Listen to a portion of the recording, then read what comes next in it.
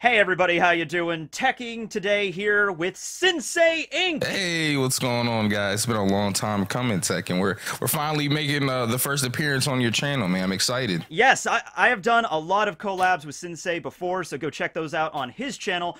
Barry is here as well. He'll be floating as a drawing above us in the screen or whatever. It'll look cool. But yeah, so today, you know what? Every time I do a collab with you, Synsei, it seems like we're talking about like the future of One Piece or like after Wano and all that kind of stuff, right? So today, I thought, let's dial that back a bit. There's a lot of other stuff going on in the One Piece world. Probably the biggest questions that are sort of like behind the scenes right now are what's going on at the Reverie, okay? For sure. The Reverie set up a lot of stuff, and Oda likes to drop us little hints in between the Wano acts. So there's a few questions I have written down here. Let's just start with what happened with Vivi and her father, Nefeltari Cobra. Okay, so for me, Teching, and of course, after you told me what we were going to be talking about, I went back and read some things and tried to refresh my memory a little bit. But I think there's a lot of questions surrounding the newspaper articles, the attempted killing, the fatality, and then, of course, you know, the warlord stuff. We'll talk about that later, I'm assuming. But I think that the Vivi and Cobra situation has something to do with either the fatality or the attempted killing for sure. So Cobra, in my opinion, may be dead. Yeah, I was going to ask you that. Like, do you think Cobra's dead? Because it's implied Vivi's kidnapped. Obviously, Vivi is not going to be killed. She's a pretty relevant character to the story, I would say. She basically was a Straw Hat for a while there. So, and Im-sama seemed to have interest in her. You know, he was, like, looking at her picture. So, For sure. I'm thinking she's captured. I'm thinking Cobra is most assuredly dead at this point. Yeah, I'm agreeing with you in that regards. And I think maybe they could have possibly framed Sabo for it. That also seems to make a lot of sense. I'm thinking, I don't think, and we'll get to this later, or we could just lead into it. So Sabo's status is that he is dead. Well, we don't know that for certain, but from the reaction people read in the newspapers, it seemed to imply like they were stunned. Like, and I'm sure that might have been the headline. Like Morgan's might have printed something along the lines of like, you know, Sabo killed at Reverie, like the second in command of the Revolutionary Armies killed at the Reverie by the admirals, attempted kidnapping of Vivi, you know, something like that. Yeah. I think for right now, both Sabo and Vivi are probably locked away in maybe a dungeon under Marijois or something out of, like, prying eyes. And that would be a good chance for Vivi to talk to Sabo and learn about, like, you know, Sabo's connection to Luffy and everything. Yeah, for sure. Because I'm thinking in my head, and this is just me thinking outside the box and trying to relate it to, like, a cover-up, right? So I'm thinking perhaps like maybe they framed it as, okay, look, we need to get rid of these revolutionaries. They're a threat, but we want to make it look like we're the good guys, right? Because the world government are so good at covering things up. It's like this whole thing that they've been doing with the Void Century is like a smear campaign, in my opinion. So it wouldn't surprise me if Sabo, you know, they framed it as, oh, he tried to kill Cobra or he did kill Cobra, and in response we killed him. Like, you know what I mean? To make it look like they're the good guys in this situation. Absolutely. Absolutely. I feel like even if they could have a chance to just, like, kill Sabo right then and there, they wouldn't do it and just leave it at that. You know, they would definitely set it up like, hey, the Revolutionary Army, they're out there, you know, against the world government. They're out there trying to kidnap royalty, like Vivi and everything. We had to stop them somehow. You know what I mean? Yeah, for sure. So the world government painting it like that, I can definitely see. So I believe that the newspaper said something directly about, like, Sabo killed. So what about the other members of the Revolutionary Army, Morley, Lindbergh, and Karasu, that were also other captains? at Reverie as well? I would assume if they capture Sabo, I would assume one of two things. Either they captured them too, which, I mean, is the obvious choice, or somehow they got away. Now, how they could have gotten away, I don't know. They have options. Yeah. They have Morley's Devil Fruit, and Karasu can turn into a flock of crows. And also Lindbergh has all of his gadgets and everything, so they might have been able to figure out a way to escape. I was wondering too, Tekken, and this is me, you know, this is Synsei the theorist, big tinfoil hat here, but what if Kuma sent them away? Oh, that's a good one. See, Kuma is a huge, and I wrote down on this list about like Bonnie and Kuma. We'll get into her, maybe talk about her a little bit. But Kuma, you just don't know what he's going to do because he's supposed to be a complete robot right now.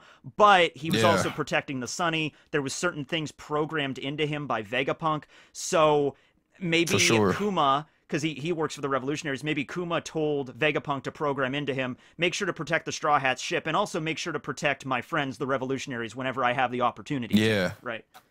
Because I was thinking that too, Tekking. I was like, man, what if, like, because a big question, I just did a video on this recently, is like, why would, you know, Kuma allowed to, you know, Vegapunk to be experimented on? Is it because, to me, I don't think that they captured him. I think that he allowed this. And a lot of people are, you know, always asking, like, why would he do this? And in my mind, I'm like, what if he did allow this to happen because of maybe his relationship with Vegapunk or something of that nature? But what if he did have stipulations in place, Tekken? Like you said, like, look, I'll do this, but there's certain things that I need to be programmed into me. Like, I can never go against the Revolutionaries. Like, I'll always be on their side. I'm a big believer that Vegapunk is also secretly working for the Revolutionaries, or at the very least, he sympathizes with their cause and doesn't like having to build like death machines for the world government. So he might not be an official member or anything, but he like understands what Dragon's goal is and what he's trying to do. And so because he sympathizes with the Revolutionaries, when Kuma came to him and said, hey, I want you to program certain things, it's not like Vegapunk works 100% for the government and he'll do whatever they say. He took Kuma's, because he was literally taking away Kuma's humanity. Vegapunk has enough morality to be like, okay, I'm taking away your humanity. The least I can do is abide by your wishes and program the stuff in. People have even said like the Bible that Kuma always carries is like his like backup unit, like his backup hard drive for like extra stuff, you know? That's an idea. That would be he's crazy, always carrying the Bible even after he turns into a cyborg. So yeah. Yeah, I'm big on Vegapunk being this like man of science and neutrality, but having a moral compass. Like I'm really big on that with you as well. I think like him being someone, I think that him being someone that is like most assuredly a man of science, but also having a heart and can sympathize with like the righteous side of things. I think that that's kind of where I'm at with it, you know, like those types of individuals that are all about their work and like the advancement of science, which is like, if you really look at Frankie, he's kind of similar in a way. You know, he's one of those people that are so interested in you know, technology and experimenting and things like that, but he has a heart. Absolutely. He has people that he cares for and things like that. So I think that could be Vegapunk as well. Yeah, it's no surprise that Frankie also ended up at Vegapunk's lab and studied there for 2 years. I can understand Frankie looking over Vegapunk's notes, kind of understanding the kind of man he was and being like, oh, okay, I get it. He wasn't trying to like take over the world with science. He was trying to improve life a little bit. Yeah, he did make weapons, but that's more out of curiosity rather than trying to take over the world or anything like that, you know? Exactly. Yeah. I think some people think Vegapunk is like this mad scientist, right? You know, that trope. I mean, well, he did head up an organization literally called MAD. Yeah, so. That's true. That's true. Yeah. But I mean, like it with a negative connotation behind it, you know, because I feel like a lot of times the mad scientist, you know, in fiction is like, I'm trying to, you know, take over the world or world domination, like Doofenshmirtz, right? Like you got Doofenshmirtz from Phineas and like Ferb. That type of guy. I think maybe Vegapunk, like you said, man, he has a moral compass. I agree. Yeah, I don't think you can look at Vegapunk and say he's like evil at this point. Like, you know, just the way that he treated Kuma and programmed the stuff into him. If he's evil, why would he program into Kuma like, oh, okay, I'll make sure you protect the Straw Hats ship. The Straw Hats are enemies of the government. Why would he, you know, he wouldn't care about that. So I think that makes sense. So yeah, if the Revolutionaries got sent away by him, that would make sense. Using Morley or Karasu's ability, they could always still be hiding under Marijois in the Red Line, waiting to strike. So do you think we are going to get a full flashback to when Fujitora and Green Bull fought against the Revolutionaries? Do you think that'll be the introduction to Green Bull's character? Yeah, I'm hoping so, man. Green Bull is an anomaly. He's one of those characters I'm very interested in. The little information we do got about him being very lazy, so lazy he doesn't even eat, which I think is going to be a cool aspect So you took that as laziness. I took that as like a fasting kind of situation. Like he chose that. You know? I took it as him being lazy. Like he seemed like one of those like very lax people, but it could be a fasting thing. I also have heard this theory, and this is kind of out there too, but people always like to correlate Green Bull, probably because he has green in his name, but they think that perhaps he could be some sort of like plant logia or like something like that. Yeah. And he doesn't eat because he just uses the sun to eat. He uses like photosynthesis. Yeah, I've heard of this. I've heard this theory. I love this theory. I love it too. We haven't gotten like Hashirama from Naruto. We haven't gotten like, you know, a plant-based, you know, devil fruit yet. And the question is, would that be a zone or a paramecia? Like because zones are animals, but would the plant kingdom also, like flora and fauna, would it also include into zones? Or it was like a plant special zone species? I don't know. Or I have it would just idea. be like the photosynthesis is paramecia. I don't know.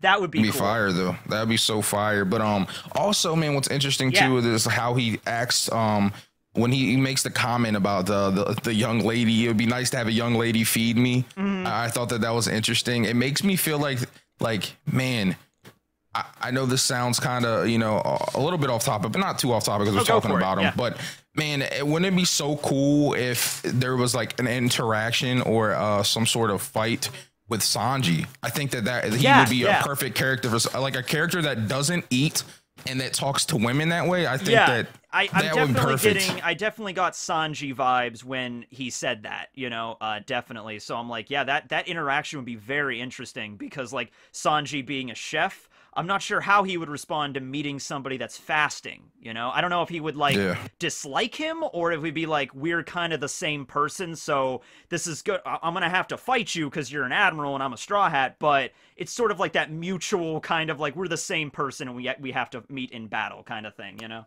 I'm not sure. Yeah, for sure.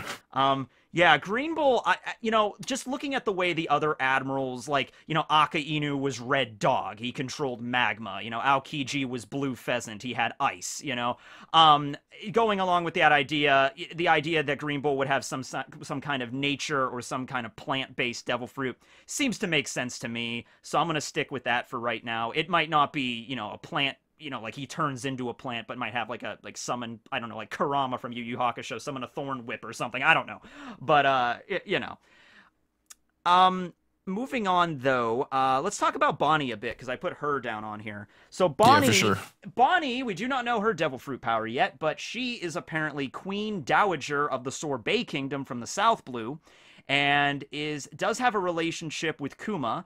The general consensus right now is that she is Kuma's mother, and because she has some kind of devil fruit that allows her to alter her age, she is a lot older. Like the way we saw her at Reverie, like a shriveled up old lady, that's her real age. For sure. And everybody recognized her too when she looked like that. So, yeah, do you think she's gonna get involved? Like, better, broader question, do you think they're gonna rescue Kuma?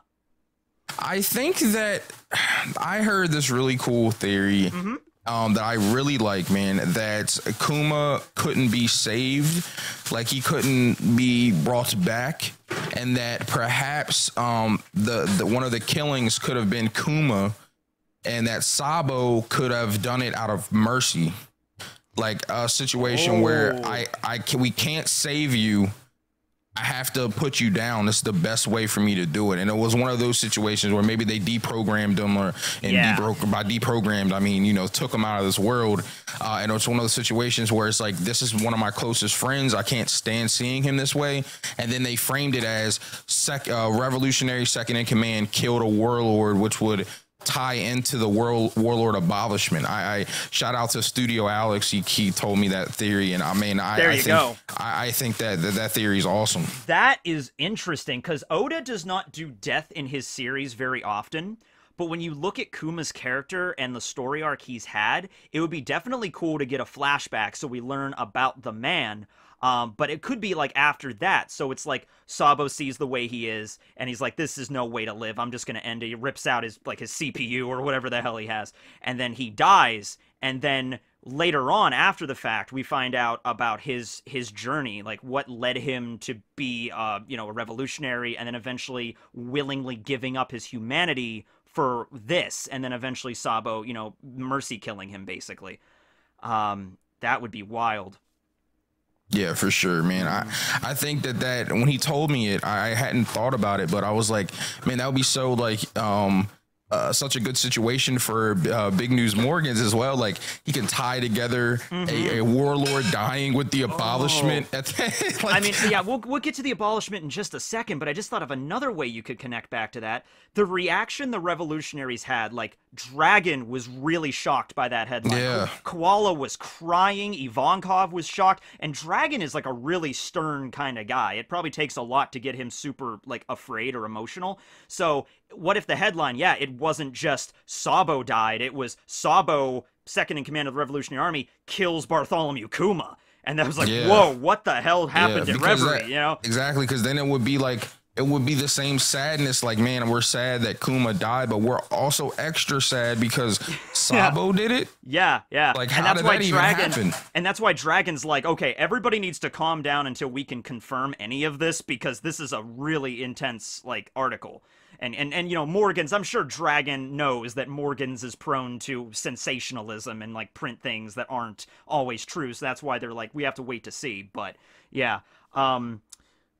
So yeah, moving on though to the abolishment of the warlord system. So this was something that was presented to Reverie. We did get a little bit of this in the story by King Riku Dold III of Dressrosa and Nefeltari Cobra of Alabasta.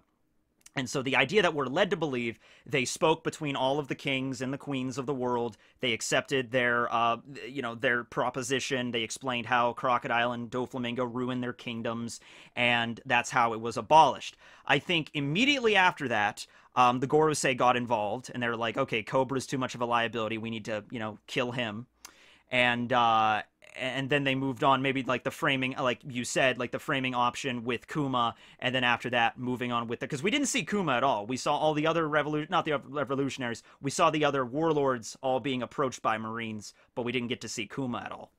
I think the abolishment in general is something that is going to, we haven't really got to see, like, as you said, everything, the aftermath yet, but I think it's going to shake the One Piece world. Like, this is a big deal, right? Because not only are we getting rid of something that the Marines were using for balance, but we're replacing them too with this whole SSG thing, which we don't know anything about, really. Nope. So I think it's going to like shake the balance, right? Because you're taking out very powerful pieces. I mean, these aren't like weak pieces. I mean, you got Mihawk and Boa and like very powerful people, like, and you're stripping them away and replacing them. I think it's going to be crazy. Do you think any of the Marines in combination with the SSG working with like some, I don't know, maybe Vegapunk made a giant laser cannon or some kind of thing to use. Do you think they'll actually manage to take out a warlord? Now, when I say take out, I don't necessarily mean kill, but like capture or seriously injure to the point where they can no longer fight. Yeah. Man, so my favorite like person, warlord person to think about being captured is Boa, bro. And I'll explain why. I think go ahead. I have another one, but go ahead. Yeah. I think Boa being captured could lead into her like finishing her character arc as a slave. As a slave. Yeah. And I think it would be so cool for her to get that like revenge over like her former captives, just so she can like kind of get rid of this hate that she has towards men. She hates men, and I understand why, because she's been through this entire she's been through literal hell. Yeah, she's been through hell as a slave. So it's like, if that would be a very cool way for, in my opinion, Oda to give her an opportunity to complete her story arc and to kind of try to get over that hatred. You know what I mean? Because there's definitely some stuff boiled up in her. I'm now picturing just a scene with Boa being like taken to Marijua, locked in a dungeon, and then breaking out and just slaughtering every celestial dragon she can just see. Now I don't know if they would bring her to Marijua necessarily. I have no idea, because this is such an unprecedented thing, because she is a warlord and the warlord system's gone. Would they, do the same thing they do with everybody else, lock her and impel down, send her to Marineford to be executed? Would they take her to Marijua? The Gorosei want to speak to her? I do not know. A lot of options there. The warlord I was thinking of, though, is Weevil, because Weevil is just this idea of sheer brute strength, pretty much. We don't think he has a devil fruit. Is just this really, really strong dude. So that would be interesting if the SSG could take down this physically, like, imposing dude. So the idea of just brute strength doesn't mean as much anymore in the One Piece world because of technology. Kind of like how in our world, where, you know, you had, like, do you read Dr. Stone? I do not. Okay. I'm not caught up, but I don't want to spoil anything. But yeah, don't spoil me.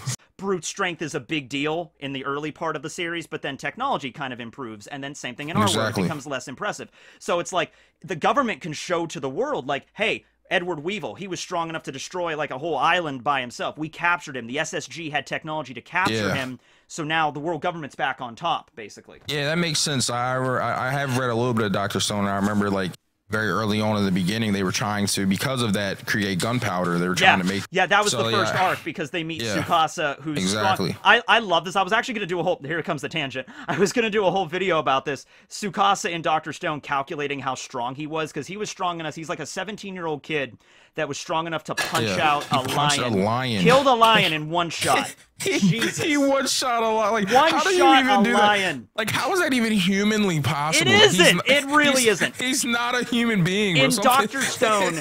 In Dr. Stone, they're kind of scaling up the humans to be stronger than in our world, so I was trying to calculate how much force a punch would have to do to kill a lion. Which is so funny, and I think it's quirky, different, and I think it's funny because this is a show that you're like, they go very by the book when it comes to scientific things, but they go way left field when it comes to humanity, which is hilarious. You get used to it after a while, but man, is it crazy when that wild stuff happens. You know, we meet a lot of other really strong characters in the series. You should pick it back up. It's really good. I'm slowly reading. I'm not the person that like binge reads one thing. I just slowly read like 10 things. I'm the same way. I'll binge read very rarely. Like I binge read all of Chainsaw Man in one night, but that's a very rare thing for me to do. Chainsaw Man is some gas though. It was a quick read too. No, it went by fast. I went to like 70 chapters in like 2-3 hours. It was fine.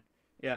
But anyway, that was a tangent. Okay. I knew it was going to happen at some point, but go read Dr. Stone and go read Chainsaw Man, audience. That's the point of that little tangent. Last question I have, and this is something like, I think we've even actually addressed this before when we were talking about like the future of One Piece after Wano. I would love for this to happen. I do not know if Oda would go that direction. Will the Straw Hats go to Marijois at some point? I would love for them to go to Marijois for a couple reasons. The main reason, though, is I want this to hopefully, please, Oda, lead into a situation where Luffy meets his father. And I would love to get some sort of backstory for Dragon, because I really think that Dragon was involved, in my opinion, with the Marines at some point. And I think it makes so much sense to me because of Garp. Now, Garp, and he has this like want and desire for his grandchildren, for Ace and for Luffy to be Marines. And I always wonder, like, you know, I always just assumed this because he, you know, has a love for his job. But I was like, but I think maybe, what if there's a situation where Dragon, you know, a lot of people think Dragon could have been involved in the Marines before. It's just a theory that's been flying around forever. But I mean, you would assume, you know, Garp being his dad, at least he would start off as maybe a Marine. Yeah, and maybe he failed with Dragon, and that's why he doesn't want to fail with Luffy and Ace. Maybe he wants to fulfill what he couldn't do with his son, with his grandchildren. So